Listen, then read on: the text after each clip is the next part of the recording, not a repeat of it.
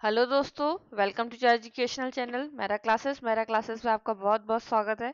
मैं हूं आपकी हिंदी की एजुकेटेड डॉक्टर अलका। जैसा कि आपको पता है कि बस एक दिन बाद से आपके असिस्टेंट प्रोफेसर 2025 के जो फॉर्म है वो फिल होना स्टार्ट हो जाएंगे। अभी किन्हीं कारणोंवश आपके फॉर्म अभी स्टार्ट नहीं हो रहे फिल होना। बाकायदा डेट तो निकल चुकी है उसकी, लेकिन फिर भी हम उम्मीद करते हैं कि एक दो दिन बाद से हमारे फॉर्म भरना स्टार्ट हो जाएंगे। आपने सिलेबस देख ही लिया होगा, नोटिफिकेशन सब चेक कर ही लिया होगा। तो इसी क्रम में हमने अपनी जो हमारा विषय है हिंदी, इसकी हमने तैयारी शुरू कर दी है और हमारा कंप्लीट हो गया है। लगभग लगभग आधा सिलेबस हो चुका है। तो जो आधे सिलेबस में हम अभी कर रहे हैं वो है हमारा यूनिट 4। यूनिट 4 के अंतर्गत हम कर रहे हैं कि जो हिंदी साहित्य का भक्तिकालीन साहित्य है वो हम कर रहे थे। ठीक है, 4 यूनिट में। तो इसमें हम देखते हैं, इस यूनिट में हम देखते हैं कि हमने क्या पढ़ा है। सगुण और निर्गुण काव्य धारा हमने पढ़ी है। ठीक है, सगुण और निर्गुण काव्य धारा हमने पढ़ी है। और हमने क्या देखा है इसमें, और हमने देखा है कि जो रचनाएं हैं, स्पेसिफिक रचनाएं दी हुई हैं, जैसे कबीर की रचना है और जयसी की रचना है, गोस्वामी तुलसीदास की रचना है, इनको हमको अलग अलग पढ़ना है। ठीक है, तो जो हमने शुरू किया था वो कबीर ग्रंथावली शुरू किया था। ऑलमोस्ट हमारी कबीर ग्रंथावली हो चुकी है और इसमें हमारे पद संख्या 160 से लेकर 200 तक कंप्लीट हो गया था। बस हमारे 200 से 210 पद, यानी कुल 10 पद बस बचे हैं। तो आइए जल्दी से हम उसको भी कंप्लीट कर देते हैं, जिससे आपका एक टॉपिक ये कंप्लीट हो जाएगा। ठीक है, तो हम यहाँ देखते हैं कि पद संख्या 201। 201 जो पद संख्या है, इसमें बतलाया गया है कि जो आत्मा है, आत्मा के संदर्भ में इसमें बात की गई है। इस पद में क्या बात की गई है, आइए हम जूम करते हैं और अपने लाइंस, अपने पद पढ़ते हैं। आई न सको तुझ पे, सकूं न तुझ बुलाई। अब कह रहे हैं, कबीरदास जी कह रहे हैं यहाँ पर कि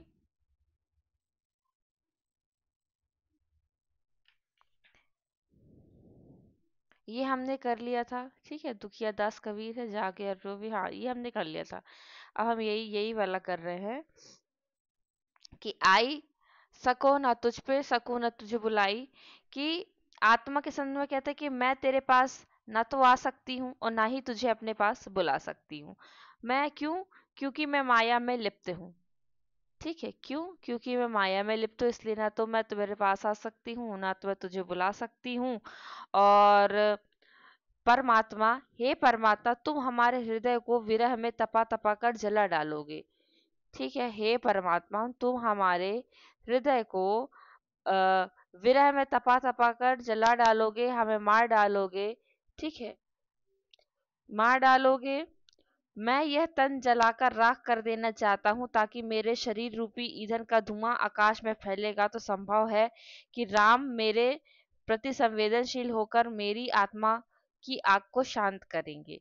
ठीक है, मैं इस आत्मा को, इस तन को जला जला कर राख कर दूंगा, जिससे जिससे श्री राम जो है, राम जो है वो मेरे प्रति संवेदनशील होकर मेरी आत्मा की आग को शांत कर देंगे। मैं अपने शरीर को जला देना चाहता हूँ और अपनी हड्डियों की कलम से राम नाम लिखूं। ठीक है, लेखनी करूँ रंग की, लिखी लिखी राम पठाऊं। ठीक है, मैं अपने शरीर को जलाकर उसकी हड्डियों की कलम से राम का नाम लिखूं और इसे राम को पढ़ने हेतु भेजूं। ठीक है, इस तन का दीवा करूं बाती मेलू जीव। मतलब कि आ, उस दीपक को अपने रक्त से सींचूं और अपने प्राणों की वर्तिका डालकर, मतलब बाती, वो अपनी वर्तिका डालकर दीपक जलाऊं। मैं इस निज शरीर के द्वारा सृजित दीपक को जलाकर राम की प्रतीक्षा कर रही हूं कि राम मुझे आकर कब मिलेंगे। कै बिरहन को मीच के आपा दिखलाई। हाँ, या तो मुझ विरहणी को मार दें या फिर आकर मुझसे मिल लें। ठीक है, या तो मुझे मार दें या तो मुझे आके मिल लें। और मुझे यह आठों पहर का विरह सहा नहीं जाता, 8 पहर का दाझड़ा मुंह पे सहा न जाए। तो इस पद में इन पदों में कबीर आत्मा और परमात्मा राम से मिलने के लिए बेचैन है। करुण दशा और वियोग श्रृंगार का वर्णन इसमें हुआ है। ठीक है, आगे हम देखते हैं। कबीर प्याला प्रेम का अंतर दिया लगाए, रोम रोम से रमी रहा और अमल क्या खाए। ठीक है, तो इस जो ये पद है, इस पद में कबीरदास जी कहते हैं कि ईश्वरीय प्रेम के आगे सब कुछ फीका है। तो कबीरा प्याला प्रेम का अंतर दिया लगाए, यानी कि ईश्वरीय प्रेम का रस का प्याला जब साधक अपने हृदय में पीता है तो परमात्मा से उसके रोम रोम परमात्मा का प्रेम उसके रोम रोम में समा जाता है और उसको किसी अन्य नशे या अमल की जरूरत नहीं रहती है। कबीरा हम गुरु रस पिया बाकी रहा न छाग। साधक उस परमात्मा के प्रेम में मस्त हो जाता है, फिर उसे किसी अन्य भी नशे की जरूरत नहीं पड़ती, कि ईश्वरीय प्रेम के आगे सांसारिक प्रेम का कोई मूल्य नहीं रह जाता। ठीक है, प्रेम के नशे के आगे दुनिया के झूठे नशे का कोई महत्व नहीं है। बाकी रही न छाक, पाका कलश कुम्हार का, बहुरे न चढ़सी चाक। आगे कहते हैं कि ऐसे प्रभु प्रेम में मस्त रहने वाले मतवाले को तो ईश्वर के दर्शन की आकांक्षा है, मुक्ति की नहीं है। ठीक है, राता माता नाम का पिया प्रेम अघाय, और मत वाला दीदार का मांगे मुक्ति बलाए। आगे कहते हैं, आगे कहते हैं कि जिसको जिसको भी ईश्वरीय प्रेम में मन लग जाता है, ईश्वरीय प्रेम की भक्ति का नशा चढ़ जाता है, उसको मुक्ति की इच्छा नहीं, मतलब वाला दीदार के मांगे मुक्ति बुलाए, मतलब फिर उसको मुक्ति की इच्छा नहीं रहती है। आध्यात्मिक प्रेम के महत्व को यहाँ पर दिखलाया गया है। आत्मा परमात्मा का आध्यात्मिक प्रेम यहाँ पर आपको दिखलाया गया है। पद संख्या 203 में हम देखते हैं कि ए कबीर ते उतरे रहू संबल परो न साथ। तो प्रस्तुत पंक्तियों में क्या है, हठ योग साधना व कुंडलिनी जागरण की बात कही गई है, जो कि साधना का सबसे कठिन मार्ग है। तो कबीर कहते हैं कि राम नाम का सहारा मिल जाने पर उसे आगे लेके बढ़ते जाना चाहिए। ए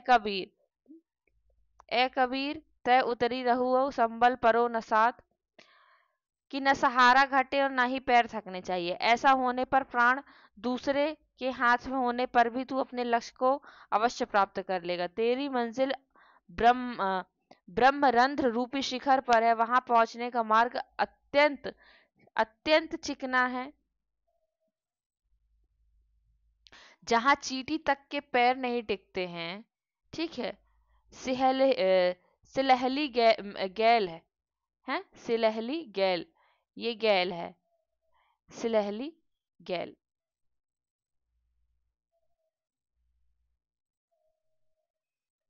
कबीरा का घर शिखर पर, जहां सिलहली गैल कि इतना चिकना है ब्रह्म से मिलने का, जहां पर चींटी तक के पैर नहीं टिकते, और तू अपने बैल लाद कर वहां जाना चाहता है। ठीक है, तो जहां चींटी के भी पैर नहीं टिक पा रहे हैं, तो वहां अपना बैल लाद के लेके जाना चाह रहा है। अर्थात क्या है कि बड़े बड़े साधक भी इस मार्ग में चलने से डरते, क्योंकि वह की राह बड़ी चिकनी, तू पापों की गठरी लाद कर वहां जा नहीं सकता। साधक कुंडलिनी को जागृत करके चक्रों को भेदता हुआ शून्य शिखर पर पहुंचता है, परंतु यह मार्ग बहुत कठिन है। यह यात्रा शुद्ध एवं पवित्र हृदय से ही संभव हो सकती है। इस जो आ, इसमें जो चींटी का प्रतीक है वो ऋषि मुनियों का है, और साधकों का प्रतीक बताया है चींटी, कि चींटियां भी सिहरी गैल पर खिसक जाती हैं, सरक जाती हैं। ठीक है, क्योंकि कबीरा परमात्मा का शिखर पर, ऐसे शिखर पर घर है। शिखर से तात्पर्य क्या है, ब्रह्मरंध्र से, मतलब जो कुंडलिनी जागरण में एक सबसे उच्च अवस्था होती है, वहां तक। अब आगे है 204 में पूछते हैं कि काल खड़ा सिर ऊपरे जागु वीराने भीत। तो कबीर दास जी ने जीव को सचेत करते हुए कहा है कि काल तेरे सिर पर खड़ा है, अवसर पाते ही तुझे दबोच लेगा, तू निश्चित मत रहा कर। कि हे अज्ञानी जीव, काल खड़ा सिर ऊपरे जागू बिराने मीत, हे अज्ञानी जीव, तू व्यर्थ में अहंकार मत कर, काल तेरे सिर पर मंडरा रहा है। और अवसर मिलते ही वह तुझे दबोच लेगा। तुझे जाग जाना चाहिए और स्वयं को परमात्मा में रमा देना चाहिए। जिसका घर रास्ते में हो उसे किसी भी प्रकार से निश्चिंत नहीं। जाका घर है गैल में, सो कस सोए निश्चित निश्चित, है ना। निश्चित होकर नहीं सोना चाहिए बल्कि उसे हमेशा सचेत रहना चाहिए। इन पदों में कबीर ने काल यानी मृत्यु को सर्वव्यापी और अनिवार्य बताया है। और काल पर विजय पाकर ही जो सच्चा भक्त होता है वही ईश्वर को पा सकता है। अब हम पद संख्या 205 देखते हैं। छाकी पर्यो आत्म मतवारा पीवत राम रस करत विचारा। इस जो इन पदों में है कि राम रस पीने वालों को अन्य सब नशे फीके लगते हैं, पर नाम रूपी नशे से आत्मा तृप्त हो जाती है, और राम नाम रूपी विलक्षण नशे को पीने वाला हमेशा आनंदित रहता है। तो क्या बोला, छाकी पर्यो आत्म मतवारा, कि राम नाम रूपी रस को पीकर जीवात्मा तृप्त हो जाती है। राम रस को पीकर वह मतवाली हो जाती है। इस रस को पाने का कठिन लोग साधना करते हैं। बहु मोली महंगे पर गुड़ ले कसाब रस राम चुआवा, कि इस रस को पाने के लिए सब बहुत कठिन प्रयास करते हैं। गुरु कृपा और सत्संग से मैंने भी इस भक्ति रूपी मूल्यवान गुड़ को खरीदा है। बहुमूल्य, ठीक है, गुड़ को खरीदा है और योग और साधना की विधि द्वारा इसे शुद्ध किया है। ठीक है। तन पाटन में कीन पसारा, मांगी मांगी रस पीवे बिचारा। और इसे शरीर रूपी वस्त्र में से छाना है। ठीक है। और मैं इतना आनंदित हूं कि मांग मांग कर राम रस पीना चाहता हूं। ठीक है। राम रस को पीकर यह नशा बहुत, कहे कबीर फाबी मतवारी, पीवत राम रस लगी खुमारी, कि इसका नशा इतना अद्भुत है कि इसकी खुमारी, इसका नशा कभी भी नहीं उतरता है। ठीक है। अब हम देखते हैं पद संख्या 206। इसमें हम देखेंगे कि प्रस्तुत पदों में जो कबीर दास जी हैं ना, राम नाम के गुणगान की चर्चा की है। जिसमें राम नाम मिल जाता है वह सदा आनंदित रहता है। तो कबीर कहते हैं कि सारी दुनिया सयानी है परंतु मैं पागल हूँ। सब दुनिया सयानी मैं बौरा, हम बिगड़े बिगड़े जनी औरा, कि परंतु मैं पागल हो गया हूँ, मैं बिगड़ गया हूँ, क्योंकि मैं राम गुणवान से मस्त हो गया हूँ। मैं नहीं बौरा, राम की ओ बौरा, सतगुरु जार गयो भ्रम मूरा। ठीक है। कहते हैं कि सतगुरु के ज्ञान से मेरा भ्रम जलकर नष्ट हो गया है। मैंने कोई विद्या नहीं पढ़ी, कोई वाद या सिद्धांत नहीं पढ़ा। विद्या न पढ़ूं, वाद नहीं जानू, हरि गुण कथत सुनत बौरानू, कि कोई सिद्धांत नहीं जाना, मैं तो राम नाम के गुणों की बखान में ही अपना समय बिताता हूँ। मेरे इस कार्य को दुनिया पागल समझती है। ठीक है। मेरे इस कार्य को दुनिया पागल समझती है। और हरि गुणगान करते करते मेरे काम क्रोध दोनों विकार नष्ट हो गए हैं। विकारा आप ही आप जरे संसारा। ठीक है। विकार नष्ट हो गए, पर संसारिक लोग इन विकारों से स्वयं ही नष्ट हो रहे हैं। मतलब संसारिक लोग इसमें जर रहे हैं, मतलब इसी में नष्ट हो रहे हैं। सांसारिक लोगों को मैं संसारिक लोगों में जिसे जो अच्छा लगता है वही करता है। पर मीठो कहा जाहि सो भावे, दास कबीर राम गुण गावे। परंतु दास कबीर को तो राम गुणगान को ही प्रिय है और वह उसी में मस्त रहते हैं। ठीक है। गुरु के महत्व का, ईश्वर के भक्ति से विकार नष्ट हो जाते हैं। यही संसार के विषयासक्त लोगों की भक्तों को प्रेरणा दे रहे हैं। यही इस पद का उद्देश्य है। 207 में हम देखते हैं, नैहर में दाग लगाया इस चुनरी। अब कबीर इस पद में कहते हैं, सतगुरु की महिमा का वर्णन कर रहे हैं। सतगुरु की कृपा से जीवात्मा विकारों से मुक्त होकर ही ज्ञान प्राप्त कर सकता है, ये बता रहे हैं। कि कबीर कहते हैं कि आत्मा रूपी चुनरी ने मायके में जाकर दाग लगा लिया। जिस रगरेज से इस आत्मा रूपी चुनरी को दाग लगाया है, उसके हृदय के मर्म को हम क्या जाने। अब इस आत्मा रूपी चुनरी में लगे दाग, नए हर में दाग लाग लगाया ही, मतलब यहाँ संसार में। ठीक है। संसार में ऊ रंग रेजवा के मरम न जाने, ना ही मिले धोबिया कौन उजरी। अब धोबी नहीं मिलेगा। अभी जो इसमें हमारी आत्मा में दाग लग गया है, अब ये इसको धोने के लिए कोई धोबी नहीं मिला, कौन इसको साफ करेगा। तन के कूड़ी ज्ञान के सौदन, साबुन महंगा बिचाया नगरी। कह रहे हैं कि अब इस आत्मा को आत्मा रूपी चुनरी में लगे दाग को धोने के लिए किस प्रकार धोबी के पास ले जाऊं जो अब इस पर लगे दाग को धो सके। अपने शरीर रूपी दरवाजे को कुंडी लगाकर ज्ञान के रेह जल में धोना भी संभव नहीं है, क्योंकि इस नगरी में साबुन भी महंगा बिकता है। ठीक है, साबुन महंगा बिचाए यह नगरी, पहिरी ओढ़ी के चली ससुरिया, गाँव के लोग कहें बड़ी फुहरी। आज जब आत्मा रूपी ये दुल्हन दाग चुनरी अपने ससुराल अर्थात परमात्मा के घर जाएगी तो गांव के लोग कहेंगे कि यह बहुत फूहड़ है। कबीर कहते हैं कि बिना सतगुरु के ये चुनरी कभी साफ नहीं हो सकती। कहे कबीर सुनो भाई साधु, बिन सतगुरु कबहू नहीं सुधरी। कि बिना सतगुरु के ये चुनरी कभी साफ नहीं हो सकती, कि बिना सतगुरु की के आत्मा की मलिनता कभी खत्म नहीं हो सकती। तो कुल मिला के जो पद है इसमें नैहर संसार का प्रतीक बताया गया है ना, चून और शरीर का, और धोबी सतगुरु का प्रतीक है। इसमें सतगुरु की महत्ता का इसमें वर्णन किया गया है। 208 में हम देखते हैं, सील संतोख ते शब्द जा मुख बसे, है संत जन जो हरि साँच मानी। ठीक है, देखते हैं हम यहाँ पर कि कबीर ने इन पदों में सतगुरु की महिमा का और गुरु की महिमा का वर्णन किया है। क्या बोलते हैं कबीर कि जिस मुख में सुशीलता व संतोष बस जाते हैं, जिस मुख में सुशीलता और संतोष बस जाते हैं वैसा संत जन जौहरी अर्थात खरे माने जाते हैं। ठीक है, उनका वदन विचारों के आनंद में विकसित होता है। ठीक है, और उनके होठों में मधुर मुस्कान वाणी का निवास रहता है। ठीक है, आगे क्या बोल रहे हैं, आगे कह रहे हैं वे सच के रास्ते पर चलते और कभी न झूठ बोलते, साँच गैले नहीं झूठ बोले नैन। ठीक है, और क्या है, जो अपनी चेतनावस्था में श्रेष्ठ ज्ञानी हो, सूरत में सुमति सोई श्रेष्ठ ज्ञानी। आगे क्या बोल रहे हैं कि जो ज्ञान रहने के कारण सूर्य के समान है। ठीक है, जो ज्ञान रहने के समान सूर्य के समान है, वह व्यक्ति हृदय की पीड़ा को जानकर उपदेश देता है। ठीक है, वह व्यक्ति ज्ञान के हृदय की पीड़ा को जानकर उपदेश देता है। वह ज्ञान के उपदेश को पुकार कर कहता है कि दया रूपी भक्ति हृदय में बसी है।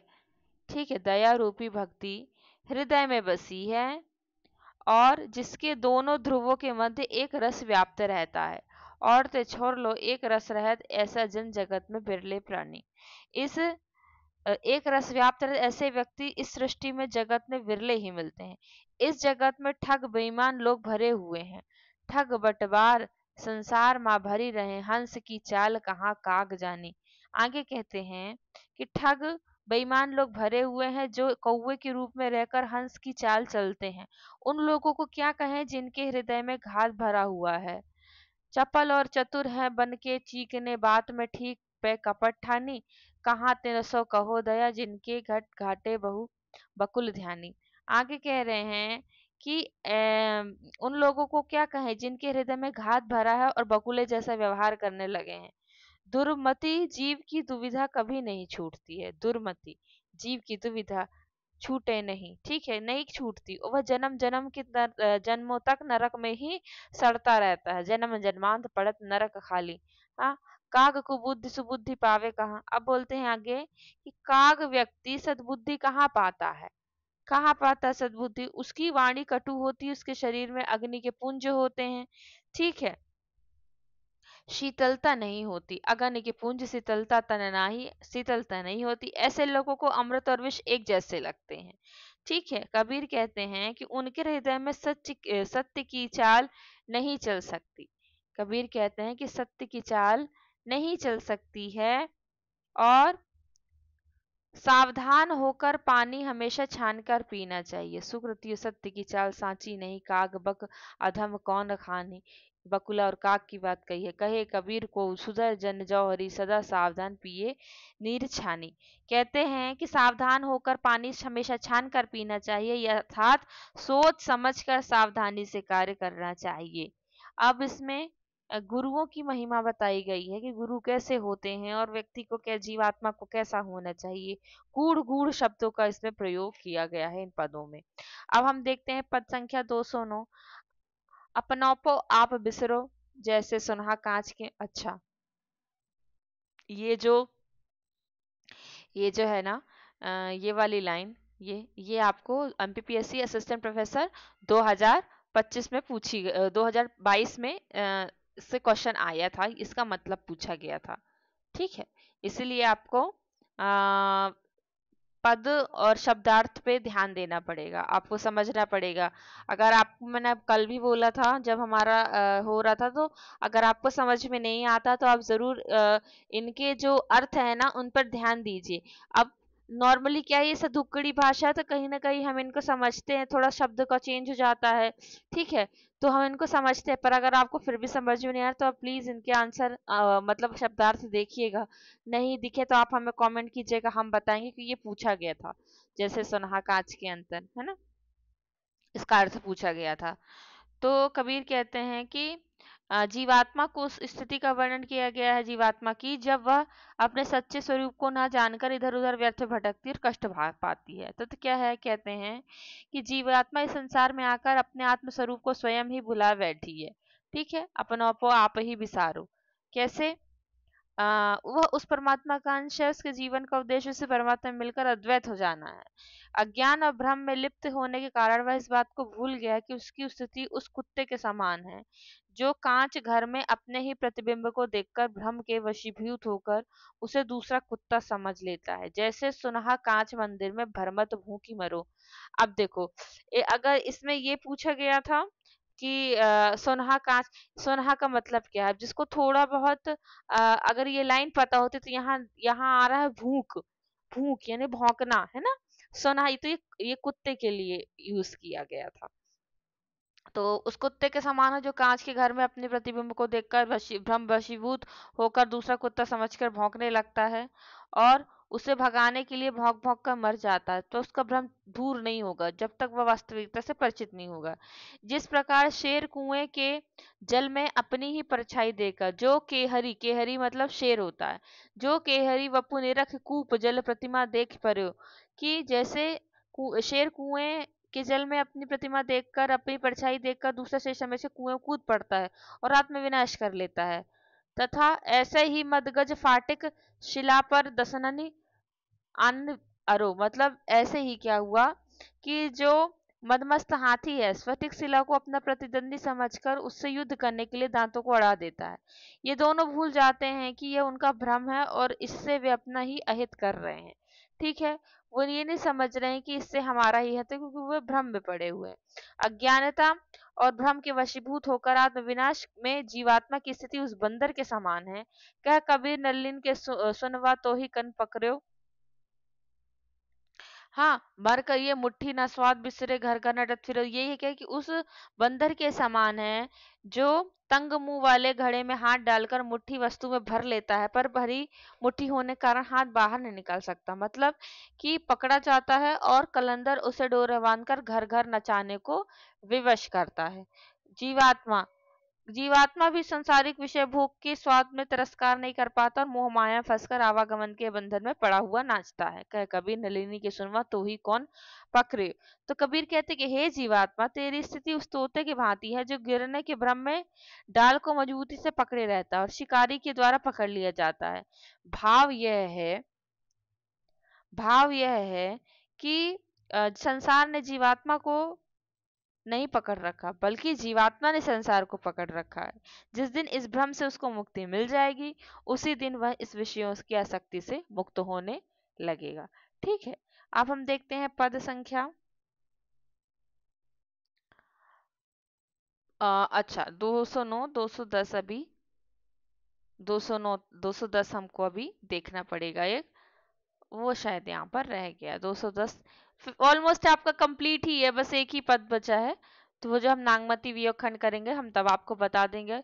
तो इस तरह से हम देखते हैं कि हमारा 160 से लेकर 160 से लेकर हमारा 209 तक हमारा पूरा ऑलरेडी कंप्लीट हो चुका है। एक मिस हो गया है, वो हम अगले जब पंक्तियां करेंगे तब हमारा कंप्लीट हो जाएगा। तो आई होप आपको वीडियो अच्छा लगा होगा। प्लीज़ शब्दार्थ पर फोकस करें, क्योंकि लास्ट टाइम इससे क्वेश्चन पूछा गया था। हो सकता है इस बार ना पूछा जाए, पर फिर भी हमें इस पर ध्यान देना पड़ेगा। तो कंटिन्यू करिए आप अपनी पढ़ाई, और वीडियोस को देखिए। पीडीएफ आपको जल्दी मिल जाएगी। आप बोलेंगे तो हम शब्दार्थ में भी इसको कन्वर्ट करके आपको पहुंचाते हैं। और वीडियो देखने के लिए आपका बहुत बहुत बहुत धन्यवाद।